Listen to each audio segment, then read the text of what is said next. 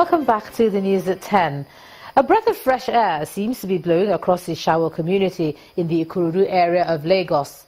On a visit to the area, some residents told Channels Television that normalcy has returned after weeks of a military offensive aimed at flushing out suspected militants.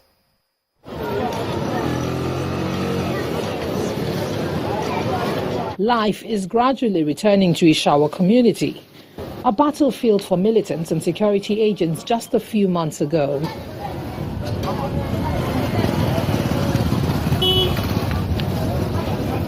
At the entrance into the community, there's heavy security presence with a standby armored personnel carrier, possibly to ward off any criminal attempt.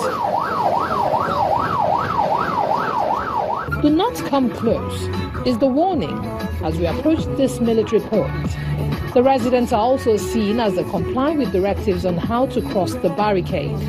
80% have left. It's only those of us that said, okay, let's leave everything to God. And then most of us are even landlords. If this should continue this way, definitely it is going to be the end of militants in this area. Good times are here. Soldiers are working fine.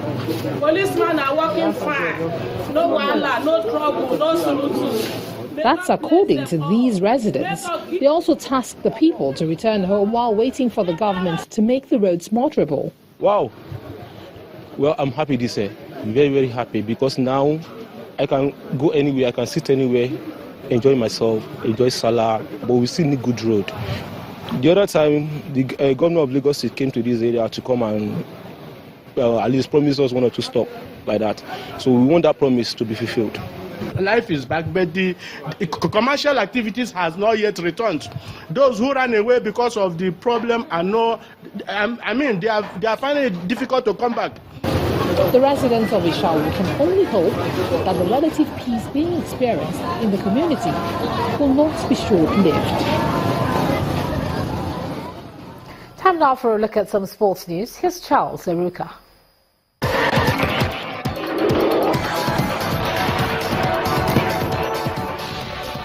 Welcome to Sports News. The World Anti-Doping Agency WADA has condemned Russian hackers for leaking confidential medical files of U.S. Olympic athletes. Athletes affected include tennis players Venus and Serena Williams and gymnast Simone Biles. A group calling itself Fancy Bears claimed responsibility for the hack of a WADA database. WADA said the cyber attacks were an attempt to undermine the global anti-doping system. The hackers accessed records detailing therapeutic use exemptions, which allows the use of banned substances due to athletes' verified medical needs. In football, Alexis Sanchez salvaged a point for Arsenal from their limp Champions League opener at Paris Saint-Germain. The Chilean international rifled in Arsenal's first shot on target with 13 minutes left after Edinson Cavani had put PSG ahead after 42 seconds. Napoli came from a goal down to beat host Dynamo Kiev 2-1. Lionel Messi scored his 6th Champions League hat-trick as rampant Barcelona inflicted on Celtic their heaviest ever European defeat, a 7-0 hammering. Bayern Munich defeated FC Rostov 5-0, while last season's finalist Atletico Madrid earned a 1-0 win at PSV Eindhoven. Meanwhile, Manchester City's Champions League match at home to German side Borussia Mönchengladbach has been postponed because of adverse weather. Heavy rain, thunder and lightning hit Manchester this evening, and 15 minutes before kickoff, it was announced that the match was postponed. Manchester City said localized flooding led to a decision being made on safety and security grounds. The match is expected to be played at 5 p.m. tomorrow. Here in Africa, Zambia are in disarray ahead of their opening 2018 World Cup qualifier against Nigeria, following the sacking of coach George Lwandimana and the appointment of Wetson Nyirenda. Lwandimana failed to qualify Zambia for next year's African Cup of Nations, which played a big role in his being sacked from his job less than a month to the final qualifying round.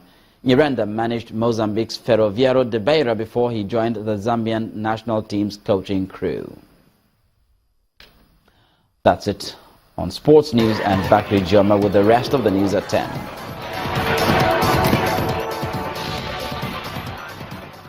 The German authorities have arrested 3 Syrian men on suspicion of being affiliated with the Islamic State.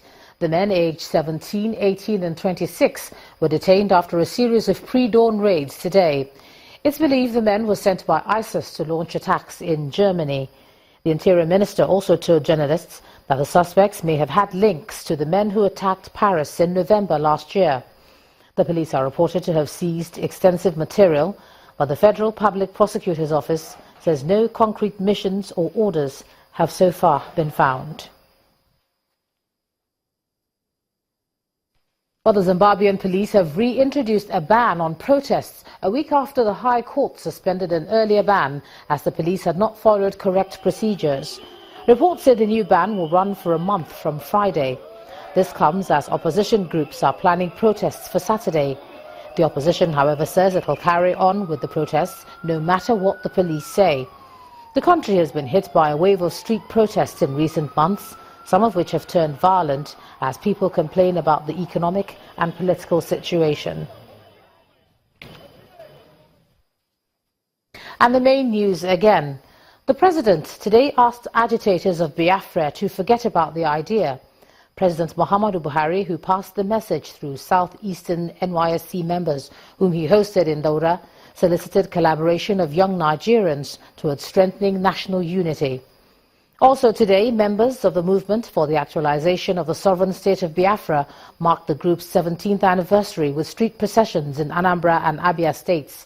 The police in Anambra arrested some pro-Biafra agitators in Onitsha. And that's the news at 10 tonight. Thanks so much for staying with us. I'm Ijoma Hunyato. Do have a good night.